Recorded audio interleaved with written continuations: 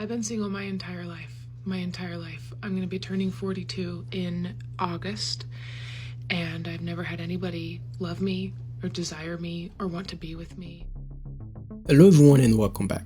So, based on this report done by the Pew Research Center, I think there is currently a single epidemic going on in the US, which can easily be blamed on feminism, red pill, social media, and the rising cost of living. And to be honest, I'm starting to notice that dating itself is getting too expensive. Nonetheless, I think it's very interesting to look into why so many people in the US are choosing to stay single. And I know that the answer could be as easy as people just don't want to date, but it's actually deeper than that, as you will see in this report. That being said, I think that if a woman chooses to marry herself because she is delusional and a narcissist instead of marrying a man or even another woman, it's 2024 after all, it's none of our business. Hi, my name's Sophie Tanner, and 2 years ago I got married to myself. But oh boy, does it sound ridiculous. And the same goes if a man chooses to marry his limited edition waifu straight from Japan. So if you don't mind me asking, how exactly does a relationship with a fictional character work? 朝起きた時ミクさんにおはようって声をかけたり、ミクさん行ってくるねっていう風に声をかけたりだとか、ミクさんまたこうやってなんか一緒のお花畑とか。Okay, I know this bit started as a joke, but if these people are happy, that's really all that matters. They're not hurting anybody and they're just living the best life, which is more than I can say for some people. So back to this report, and I want you to pay close attention because it really gives us an idea of what's going on between single people in the US. About 31% of people say that they're single, although a small number of them admit that they are currently dating, which I personally find sus. And I know that 31% might not sound like a big number, but keep in mind that this number is only going to grow as more and more people, especially younger men and women, choose to stay single for various reasons. And we will come back to those reasons in a few minutes. But first, let's take a look at the demographic of single people starting by race. Black people have the highest number of single adults, especially young black adults. It's not just young black adult, it's pretty much every young adult in every race, which makes sense since younger adults isolate themselves more in this day and age. But in general, people are choosing to commit and to get married a little bit later into their lives, in the mid-20s to late 20s, all the way to the early 30s to mid-30s. So there's a part of this stats that I want to point your attention to really quickly before we get deeper into this. If we look at the statistic for younger adult under the age of 30, we will notice that younger men are about 51% of them identify as single, only 34% of women identify as single under the age of 30. Now, this one is the 2020 version, and that's the one that I'm working on for this video because it has a bit more information and it's a bit more in depth. There is a 2023 similar version that came out, not as in depth, that says that about 63% of younger men under the age of 30 and 34% of younger women under the age of 30 identify as single. Now, this went viral last year because obviously it sounds outrageous because you're like, well, that sounds like inequality. Abba and Preach even made a video about this last year and they gave a very good explanation. What they say was that, well, a lot of the time younger women date older men, right? And older men are willing to date younger women. And I think that's part of it because, right, a woman who's 25, 26, 27, a lot of the time she would date somebody who's 32, 33, 34, 35, and sometimes even closer to 40. That happens more than it happens to younger men. So I think that already, it just makes sense. That being said, these next two graphs paint a better picture of why there are so many single people. The first graph shows that about half of people who are single prefer not to date, meaning they're just sick and tired of people's bullshit, man.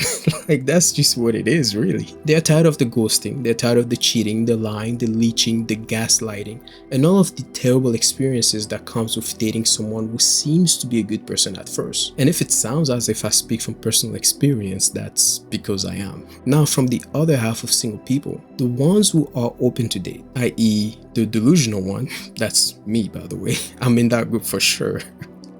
Only 14% of them are truly looking for a committed relationship, and that would be me as well. About 10% are not looking for anything serious, and the other 26 are not too sure what they want. They either want something serious or something not serious. The thing is, when we look at the other graph, we notice that most of the single young adults are looking to date. About 63% of adults between the age of 18 to 29, and 61% of adults between the age of 30 to 49.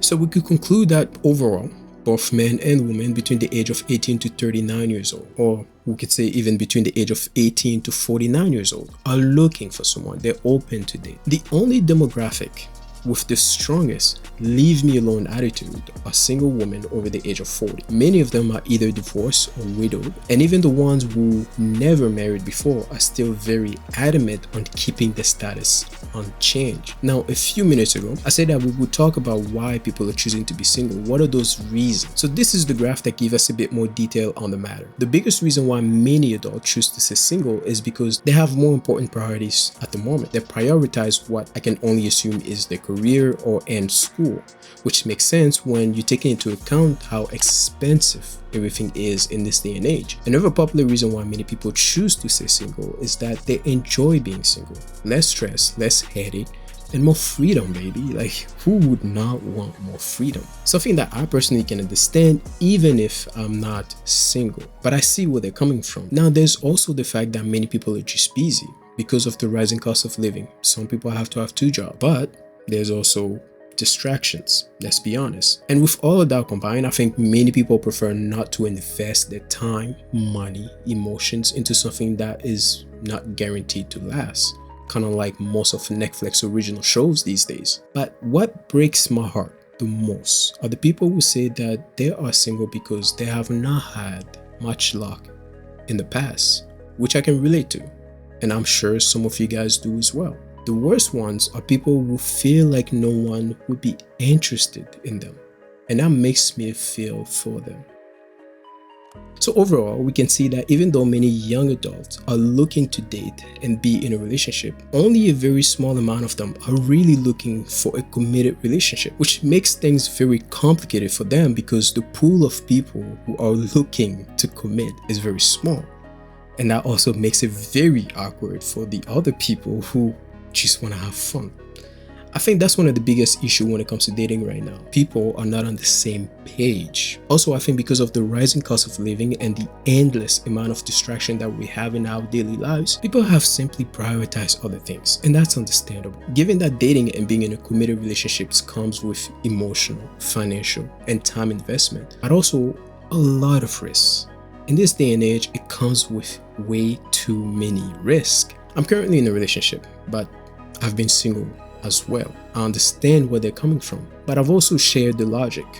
Multiple times after a break, I was just like, well, I'm done. That's it. I don't want to get engaged. I don't want to engage in any type of dating relationship with anybody anymore, because what's the point? That being said, even though I have been in terrible relationship, I have been with terrible partners, but I've also been a terrible partner. As much as people hate accountability and don't like to be told to pay attention to their own mistakes, I personally think that anyone who wants to find a good partner needs to be good themselves. And that's just the start. It doesn't mean that we'll never face any difficulties, but it's just a start. Plus, you know what? People just give up too easily these days. That's it for me today, guys. Let me know in the comment what you think. What is the biggest reason why you choose not to date? Why did you choose to remain single? And if you are already in a relationship or already married, then share with us what worked for you. And please, take care of yourself.